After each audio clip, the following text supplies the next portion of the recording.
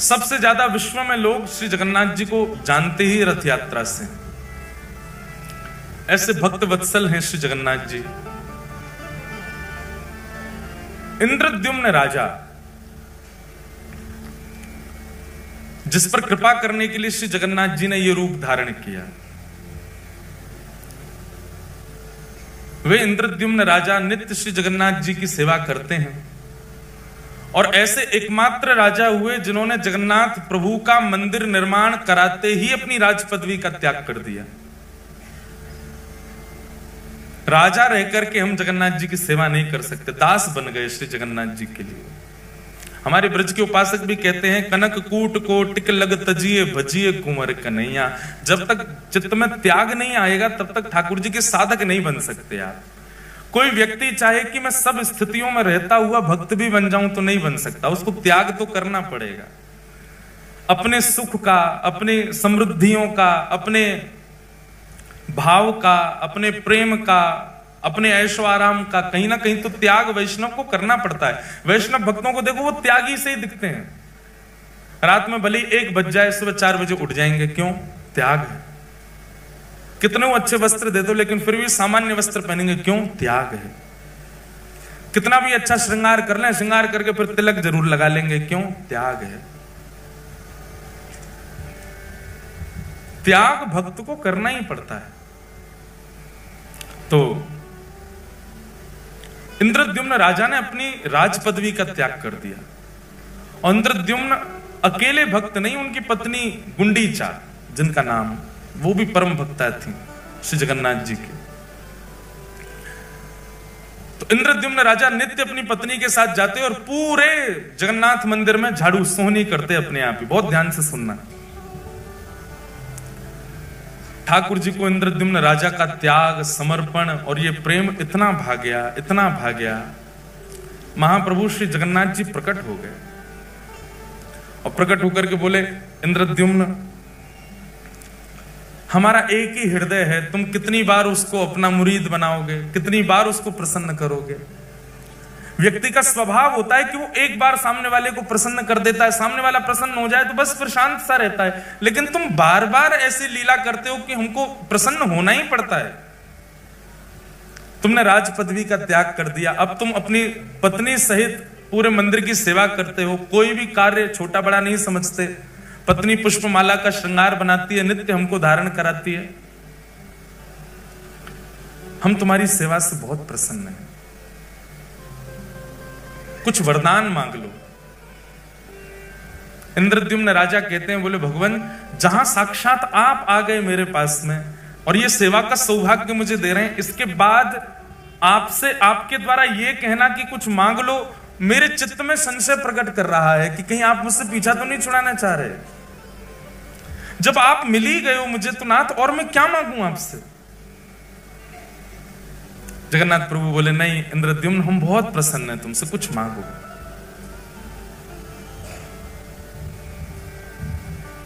तब इंद्रद्युम्न ने ऐसा वरदान मांगा कि श्री जगन्नाथ जी के नेत्र सजल हो गए।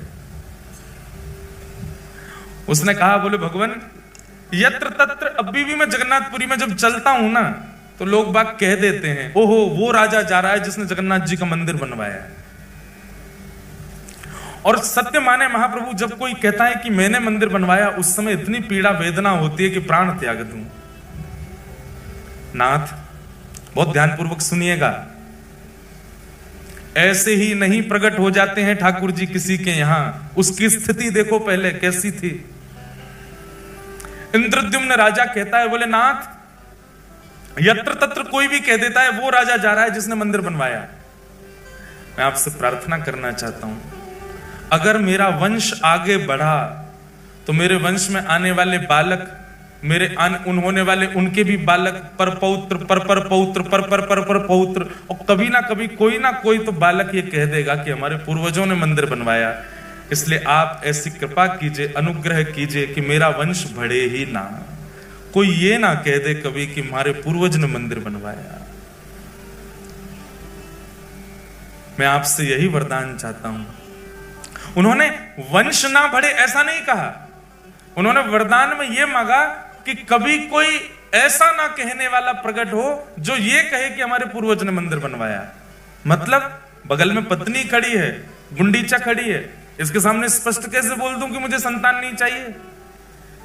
लेकिन नाथ आप कृपा करके ऐसा अनुग्रह कर दो कि मेरे कुल में, वंश में कोई ये कहने वाला ही पैदा ना हो कि हमारे पूर्वज ने मंदिर बनवाया। इनडायरेक्ट वे में मानो कहना चाह रहे हैं कि कोई वंश आगे बढ़े ही ना, कभी ना कभी कोई तो बोल देगा कि हमारे पूर्वज ने बनाया। महाप्रभु जगन्नाथ जी के नेत्र सजल हो गए। बोले और कितना त्याग करोगे इंद्रद्युम्न?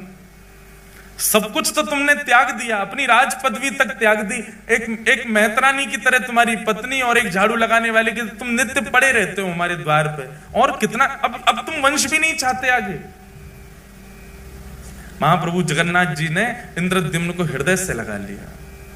तुम्हारे इस प्रेम को, इसको निष्काम प्रेम कहते हैं, जिस प्रेम में इतनी इच्छा भी नहीं है कि कोई ये कह जाए कि इन्होंने मंदिर बनवाया। हम लोगों की स्थिति कैसी? हमारी कथा सुनकर के 4 लोग वैष्णव क्या बन जाएं तो हम दुनिया में ये मेरी कथा से वैष्णव बना है। हमारे मन की भी बात कह रहे हैं। अभी जलंधर में कोई मिलने आए, वो बोले महाराज जी इन्होंने जीवन में कभी कुछ गलत काम छोड़ा नहीं, आपकी कथा सुन के छोड़ दिया। हमने भी 4 से परिचय करा दिया, मैंने देखो ये हमारी कथा से ठीक हो गए, इतनी कथा सुनी फिर भी। ये सबके अंदर आता है, मेरे अंदर भी आ रहा है, आप सबके अंदर भी आ जाता है। तनिक से भाव से हम लोगों के अंदर कितना मान आ जाता है। पर एक बात सदैव याद रखना, ठाकुर जी मान रहित व्यक्ति कोई मिलते हैं जिसमें किंचित मान ना हो। इंद्रद्युम्न ने कहा मैं अपने वंश की जिम्मेवारी नहीं ले सकता कि कोई ये बात कह जाएगा कि हमारे पूर्वज ने मंदिर बनवाया था, इसलिए नाथ मेरे वंश में कोई ये कहने वाला पैदा ही ना हो। इसका मतलब वंश ही ना बढ़े, मुझको ही बस मेरे बाद ही वंश समाप्त कर दो मेरा। ऐसा मांगने वाला एकमात्र पृथ्वी पर इंद्रद्युम्न राजा हुआ। इंद्रद्युम्न को तो हृदय से लगा लिया, लेकिन बगल में खड़ी हुई गुंडीचा समझ गई। महाप्रभु मेरे पति हो ना हो, आपसे वंश वर्धन ना हो ये मांग रहे हैं। इनकी प्रसन्नता, आपकी प्रसन्नता देख करके मुझे लगता है कि इनका भाव आप समझ गए और आप भी उसमें राजी हैं। पर नाथ मैं एक मां हूं, मेरे अंदर वात्सल्य भाव है, मेरे अंदर करुणा है, मेरे अंदर लाड़ है, प्यार है, स्नेह है, दुलार है। मैं वो किसको अर्पित करूंगी अगर वंश में कोई बालक ना हुआ तो? आपने उनकी इच्छा पूरी कर दी, पर मेरी इच्छा कैसे पूरी होगी? मेरे अंदर तो वात्सल्यता हिलोरे ले रही है, वो कहां जाएगी नाथ? इंद्रद्युम्न की बात सुनकर के तो जगन्नाथ जी के नेत्र सजल हुए, पर गुंडीचा की बात सुनकर के तो जगन्नाथ जी फूट फूट के रोए और हृदय से लगा लिया गुंडीचा को। बोले मैं तुम दोनों की कामना पूरी करूंगा। इंद्रद्युम्न की कामना तो मैं ये पूरी करूंगा कि तुम्हारा वंश ना ही बढ़ेगा, और तुम्हारी कामना मैं ये पूरी करूंगा कि तुम्हारे वात्सल्य का भाजन मैं तुम्हारा लाला बन करके रहूंगा सदा के लिए। आज के बाद इंद्रद्युम्न तुम्हारा स्वामी मैं हूं और गुंडीचा तुम्हारा लाला मैं हूं, तुम्हारा पुत्र हूं। जगन्नाथ जी अंक में भर गए। और महाराज वर्णन आता है वाणी जी में कि जैसे ही जगन्नाथ भगवान ने गुंडीचा को हृदय से लगाया, गुंडीचा के पयोधर से अपने आप ही दुग्ध प्रकट हो गया और जगन्नाथ जी अधर पर धारण करके उसको पीने लगे। उसके बाद गुंडीचा को कभी भी गुंडीचा नहीं कहा, रानी नहीं कहा, ठाकुर जी हमेशा मैया बोलते थे। भगवान श्री कृष्ण की 3 ही मैया हैं पृथ्वी पर, देवकी मैया, यशोदा मैया और गुंडीचा मैया। बोले बस मुझे एक अनुमति देना। क्या? मैं जगन्नाथ हूं, आपने मुझे जगत का नाथ बना दिया, पूरा विश्व मेरे पास आएगा। मां मैं साल भर पूरे विश्व को दर्शन दूंगा, साल भर पूरे विश्व के ऊपर अनुग्रह करूंगा, उनके आर्तों को दूर करूंगा, उन पर अनुग्रह करूंगा। और साल में एक बार अपनी मैया से मिलने के लिए खूब चढ़ करके रथ पर आनंद के साथ भर करके नाचते गाते भय लाखों वैष्णवन के संग में अपनी मैया के पास आऊंगा और फिर 7 दिन आपके पास ही रहूंगा, फिर कहीं नहीं जाऊंगा।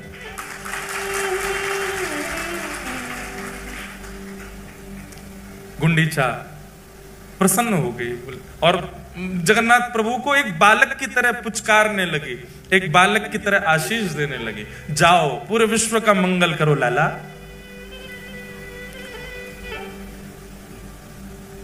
गुंडीचा वापस अपने भवन में जाकर के रहने लगी। जगन्नाथ भगवान पूरे साल भर दर्शन देते हैं पूरे विश्व को, जगत के स्वामी नाथ बनकर के खड़े रहते हैं। लेकिन जैसे ही घड़ी आती है स्नान पूर्णिमा के 15 दिन बाद रथ पर आरूढ़ होकर के अपनी मैया के पास जाने की, जगन्नाथ भगवान नन्हे से बालक जैसे बन जाते हैं। इतना विशाल स्वरूप है ठाकुर जी का, लेकिन ब्रह्म वेदी से उतर करके और महाराज फिर अपने श्री मंदिर से ऐसे उछल करके सब पंडा पुजारियों के कंधा पे ऐसे हाथ धर के उछल करके ठाकुर जी जाते। मैं अपनी मैया से मिलने जा रहा हूं, मैं अपनी मैया के पास जा रहा हूं। पंडा पुजारी बोलते हैं कि कई बार तो श्री जगन्नाथ भगवान इतने आनंद में भर जाते हैं कि न्यों पड़ जाते हैं, नीचे 2-4 पंडा दब जाते हैं ठाकुर जी के,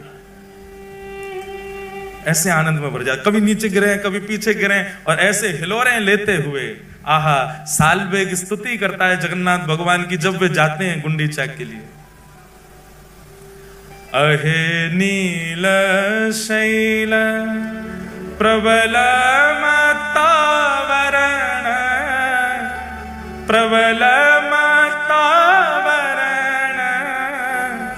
मुआरत नलनी बनकु कर दनन अहे नील शैल। निताई गौर परिवार वालों, आप लोगों ने ऐसे विषय में मुझे बैठा दिया है, अब मेरा मन हो रहा है कि मैं 7 दिन की कथा कर दूं। और सच बता रहे, हृदय इतना भर रहा है जगन्नाथ जी को याद करके। अद्भुत नाथ है। हमको यहाँ कथा पूरी करके सीधे कानपुर जाना है, नहीं तो मैं सीधे जगन्नाथपुरी चला जाता। इतनी याद आ रही है श्री ठाकुर जी की। कथा सुनेंगे हम एक दिन। सालवेग एक मुसलमान पिता का पुत्र है। सालवेग उसकी मां ब्राह्मणी है। हठ पूर्वक एक क्रूर राजा के सेनापति ने एक ब्राह्मण कन्या का हरण कर लिया और हरण करके बलपूर्वक गर्भाधान कर दिया और तब गर्भ से जन्म लेता है सालवेग, कालवेग का बेटा सालवेग। मां मन में विचार करती है कि अब मेरे साथ जो हुआ सो हुआ, लेकिन कम से कम मैं अपने पुत्र को भगवत भक्त तो बना दूं। अपने पति से छुपा करके श्री जगन्नाथ जी की मधुर रस चर्चा कथा सुनाती है। सालवेग धीरे धीरे बड़ा होने लगा। एक दिन गांव के बहुत सारे वैष्णव बैलगाड़ियों में बैठ करके जा रहे थे। सालवेग ने मां से पूछा, ये सब कहां जा रहे हैं?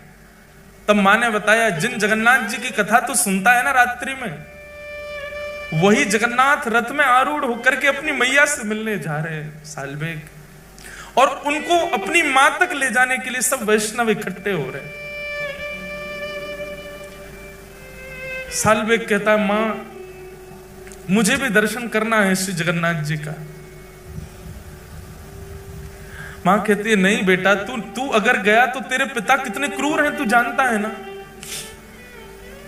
तुझे मार देंगे, और तू अगर चला भी गया तो शायद लौट के आए तो मैं जीवित नहीं मिलूंगी। तू एक काम करना, यहीं से जगन्नाथ का स्मरण कर ले, तू तो जानता है ना, तूने तो बचपन से सुना है उनका स्वरूप कैसा है। उनके रथ का नाम बता जल्दी। सालवेग कहता है, नंदी घोष। मैया के घर का नाम बता जल्दी। बोले, गुंडीचा। भैया का नाम बता। बोले, बलभद्र भैया। तू सब तो जानता है, तो यहीं बैठ के स्मरण कर लेना उनका। अब तू जाने की अनुमति तुझको नहीं दे सकती मैं। तब सालवेग अपने घर की छत पे ही बैठ गया है और वहीं से ही जगन्नाथ जी की दिशा में खड़े होकर के ये स्तुति गाता है। वो क्या कहता है अपनी स्तुति में? शब्द उड़िया भाषा के हैं पर इतने सुंदर हैं। अरे नीलाचल पर्वत के मतवाले हाथी जगन्नाथ, मैं जानता हूं, मैंने कभी देखा नहीं है, पर मुझे पता है आप मतवाले हाथी की तरह उछल उछल करके उस लीलाचल पर्वत से उतर करके आते हो।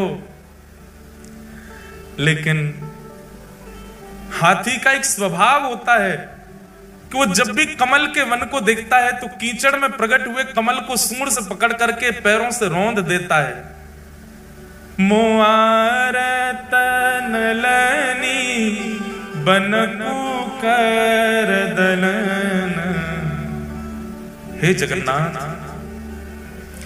मेरे हृदय रूपी आर्त के सरोवर में जो दुनिया भर के कमल प्रकट हो गए, जो मुझे आपसे मिलने से रोक रहे हैं, चाहे वो मेरे पिता हो, चाहे वो मेरी जाति हो, इन सब कमलों को अपने हाथ से पकड़ करके रौंद दीजिए ना।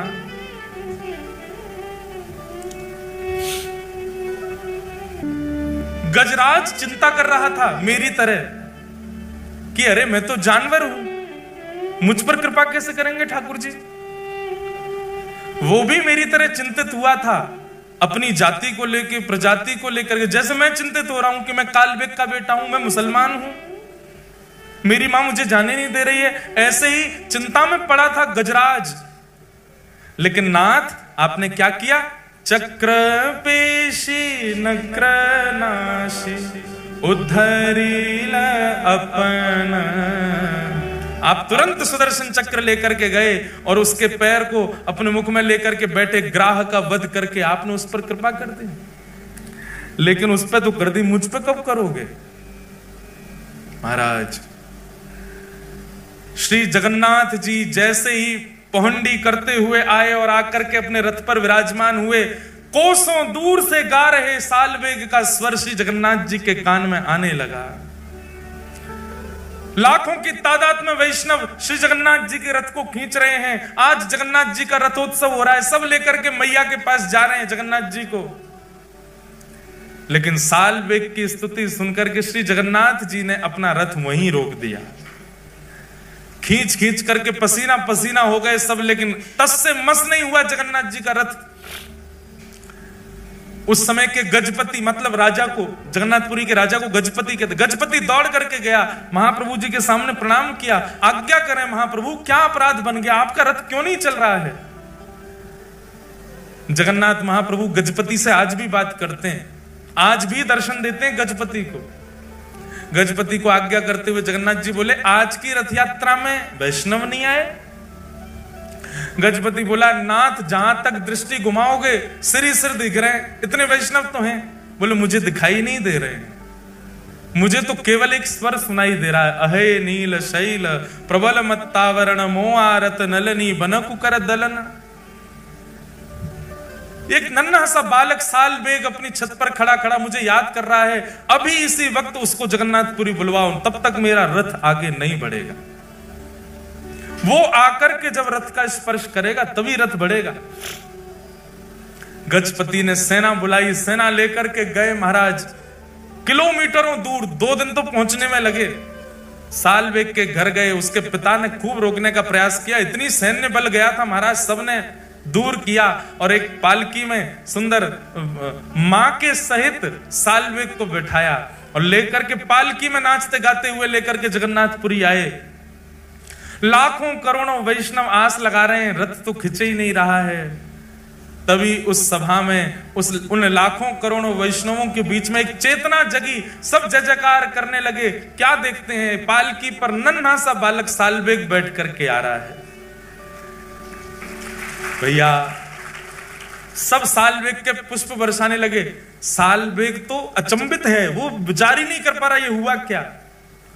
और जैसे ही उस मार्ग में पहुंचा है जहां नंदी घोष रथ खड़ा है, सालवेग ने पहली बार नेत्र खोल करके सामने देखा तो नंदी घोष रथ के ऊपर बैठे जगन्नाथ जी झूम रहे हैं, उछल रहे हैं, आनंद में भर रहे हैं, इतने प्रसन्न हो रहे हैं महाप्रभु जगन्नाथ। और बार बार गजपति को इशारा कर रहे हैं, बोले इतनी देर मत लगाओ, उसको जल्दी लेके आओ, मेरे हृदय से ला करके लगा दो इसको। यहां सालवेग रथ के ऊपर चढ़ रहा है और श्री जगन्नाथ जी झूम झूम करके, मचल मचल करके अपनी बाहें फैला करके खड़े, ले आओ इसको मेरे हृदय से लगा दो। पैर रख कहीं रहा है, जा कहीं रहा है। उसकी तो स्थिति विचित्र हो गई साल्वेग की। सब लोगों ने ले जाकर के जैसे जगन्नाथ भगवान के हृदय से लगाया, महाप्रभु जी के नेत्र सजल हो गए। और मानो हृदय से लगा के महाप्रभु जी कह रहे हैं, गजेंद्र पर कृपा की थी, पर गजेंद्र को हृदय से नहीं लगाया, साल्वेग तुझे हृदय से लगाया। चल अब प्रणाम तो कर ले। साल्वेग तो फूट फूट के रो रहा है, कितने कृपालु हैं नाथ, कितने दयालु हैं जगन्नाथ। साल्वेग ने थोड़ा पीछे हट करके जैसे ही दंडवत प्रणाम किया, सब भक्त प्रतीक्षा करते रहे, लेकिन साल्वेग उठा नहीं। और वहीं साल्वेग ने अपने प्राण त्याग दिए, श्री जगन्नाथ जी में ही विलीन हो गए। ये बंधुओं वर्षों पुरानी कथा है, पर आज भी महाप्रभु जगन्नाथ जी जब गुंडीचा जाते हैं, साल्वेग की समाधि पर आज भी जगन्नाथ जी का रथ रुकता है। और आज भी साल्वेग की स्मृति में कुछ पंडा पुजारी वहां साल्वेग को याद करके इस स्तुति को सुनाते हैं। और आज भी अनुभव होता है, जब साल्वेग की स्तुति गाई जाती है, श्री जगन्नाथ जी थोड़े थोड़े झूम जाते हैं। आज भी साल्वेग का स्मरण करके श्री महाप्रभु जी आनंदित हो जाते हैं। बोलो जगन्नाथ महाप्रभु की।